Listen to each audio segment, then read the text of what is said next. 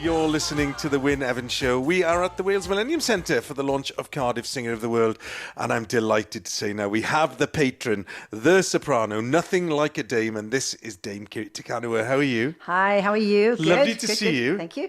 It's like a reunion, isn't it, every couple of years now? I know, and it's wonderful. It's like to come back. It's raining, though, this time. Yeah. That does all right. It'll all go. We need it. We need the rain.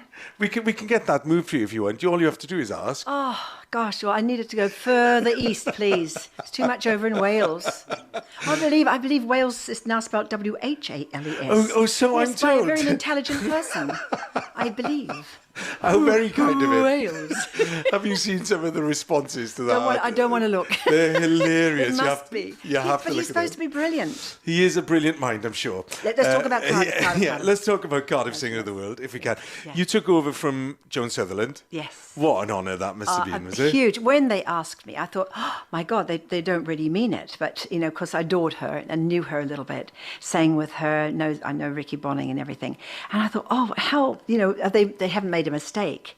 And then when I did take over, I thought, well, I really want to be involved in this. I really want to do as much as I can. And we have. I think we've improved each year, more and more improvement from the David Jackson and all his team, which is they're just so dedicated and fantastic. So I want to be with them in every move we make. It's so important because it's the young people's lives. Absolutely. I remember talking to you when you first took over. We did an interview together, and you were quite critical of the competition then. You were like, it's not running properly. It's not running to its maximum potential.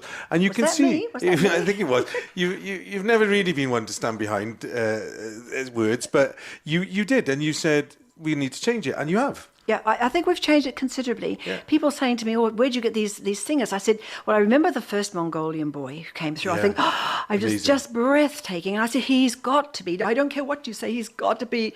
Because then we voted him in, but it wasn't. I had one vote, but to have a Mongolian singer singing like that, it was. And then, of course, they all started coming through. I remember it's there so was exciting. 2. Yes. Yeah. And then there were 3. But it is exciting when you hear those voices.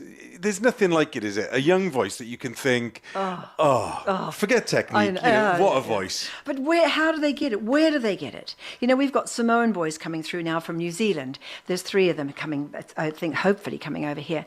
And they all start age 3, 4, 5. So I wonder if that's what happens. Did that happen to you? Did you start very young? Well, mine was like Mickey Rooney. My parents run a theatre, so I had no choice. You could put a show on, and that was the end of it. Turn them on. What about you, though? Because same. Were your parents were they quite posh? Were they into the opera, all of that kind of stuff? No, but my mother she wanted me to go to Covent Garden. All she could think was Covent Garden, yes. That's the only place I think she knew. And then I was going to go to Covent Garden, and I did. And you did, yeah. Lots of times. And then so sadly, a week later she died. It was a bit like a messenger. After your debut? It was a bit like a messenger. You felt she's done her job and she's left. Oh, it's very strange feeling. What was it like, because you obtained success fairly rapidly, didn't you, after you started singing? It seemed that way, yes. Was it not like that in reality? It was an awful lot of hard work. I just didn't sit around, and sort of do nothing. It was a lot of hard work and a lot of heartache too. You sort of think, what am I doing? Where am I going? As you come out of the school, National Opera Studio, it's called now. And I was coming out and thinking, well, what am I going to do? And suddenly things just started taking off, and people started listening, and wonderful people from Covent Garden like Norman Vesey, and then an agent popped up, and just wonderful people who cared. And I don't think that's in the business today. No. I don't think they care so much. No, it's like get the young voices on and not necessarily look after them all the time, isn't it? No, and they just throw. I could criticise, but I don't want to criticise because I want young people to not think that it's so difficult, and I think it is still difficult at the moment. Can I ask you about this competition though, in that way? Because I remember when I left the National Opera Studio, it's quite scary, and to get to do a competition like this is brilliant. Could you have done this? Did you do this? No, I couldn't have done it. I wasn't the right temperament to do it. Oh, yeah. It was like, I think you've got to be. Because you're basically auditioning for every opera house in the world. Yes, you are. But that's what our life was supposed to be, though. We should have done it. But I think I'm not sure. I went for competitions, but I'm not sure I could have done this one. This one's difficult. It's too twitchy, isn't it? I'd have gone, oh no, I'm going to lose my voice halfway through. It's going to be a disaster. But you're a tenor. They're all crazy. There's a microchip missing. Oh, plug him in. Quick, you can sing those top notes. Darling, you can. Just stretch. Do you get to talk to the singers? Do you get to say to them, hey, calm down now, love. You're losing the plot here a bit. Well, if I were a judge, no. Yeah. But as I'm the patron, it's a great privilege to be able to go into the dressing room and say things that I can say to them, which is not too much because you don't want to confuse them. But the most important thing is to have them relax and just get up and do what they have to do. Just concentrate and focus. That's all they've got to do. And they're thinking of all too many things. I said, don't go on the telephone. Don't go on the computer. Yeah. Just stay focused and don't do anything. Just concentrate on what you've got to do. Is it funny when one of them sings one of your arias? Are you like kind of sitting there going, oh, don't do that, do this, sing that quieter? Well, I was doing a competition just a couple of weeks ago in Finland. And have you heard that song, Finland? Finland, yes. Finland, Finland. Well, we started singing it for them. They were not amused. So far from Japan. Anyway, so stop laughing. Can't help it. So they sang Let the Bright Seraphim a lot. Yeah. And they all kept looking at me saying, oh, how many more times do you have to listen to this song? I said, hey, I made it quite famous. We'll talk about that in a minute. Stay with me. I've got Dame Kiri Te Kanawa, who is patron of Cardiff Singer of the World. This is the Wynne Evans Show on BBC Radio Wales. I'm joined by patron of Cardiff Singer of the World, Dame Kiri Te Kanawa. Right, can I ask you some questions about you now, not the competition? Okay. Okay. No. Royal wedding. No. Oh, yeah. Yeah, exactly. I said no. Storm out door. What do you mean she's a diva? Royal wedding. Yeah. Was it a phone call or was it a letter? Phone call. Phone call. Mm-hmm. And were you super excited straight away? Yes, because you couldn't say anything. You weren't allowed to say a word, not a word. And that went on for quite a few months. That's amazing, yeah, isn't it? Amazing, yeah. And it was huge, wasn't it? I mean, yes. It kind of brought you to the greater public's attention, didn't it? It did, but also now it still sits there. It's still in history. It's forever and ever. I'll be aged whatever I was, 35, 36, something like that. I'll always stay there. It's just quite fascinating. I was actually talking to him the other night, his HRH, and we were at a dinner, which was really nice. It's nice to sit and talk with him for a few minutes. Yeah. And was he like, oh, hiya, love, how are you? Yeah, oh, good, thanks. Like that. So, you're supposed to turn away at a certain time in the meal. I say, sir, I think I need to turn. No, stay right where you are. Stay right. I said, no, but I think I should be going to the right. No, stay right where you are. Brilliant. It's very sweet. I have to ask you about something that kind of made me decide to be a singer. The recording of West Side Story. Oh. With Leonard Bernstein and Jose Carreras. Yes. What was that like? That was, a moment in time which it's sort of breathtaking once again, one of those moments when you walk into his sitting room and he's just sitting there, this little man sitting there smoking a cigarette like crazy.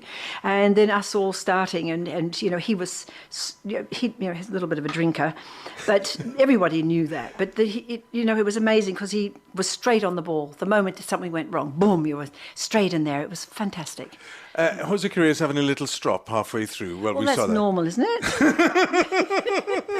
Have you had any of those? Oh, loads. Yeah, loads. Well, there we go. Whatever you know what it's like. Yeah. It makes you feel really good. It does. And then everyone's going, white face, red knuckles going, oh.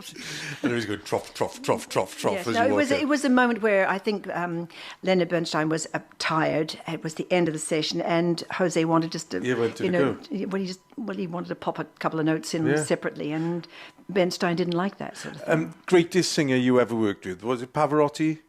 The three were Really? mine, but I believe Pavarotti was my preferred tenor. This was the real beautiful, that glorious sound.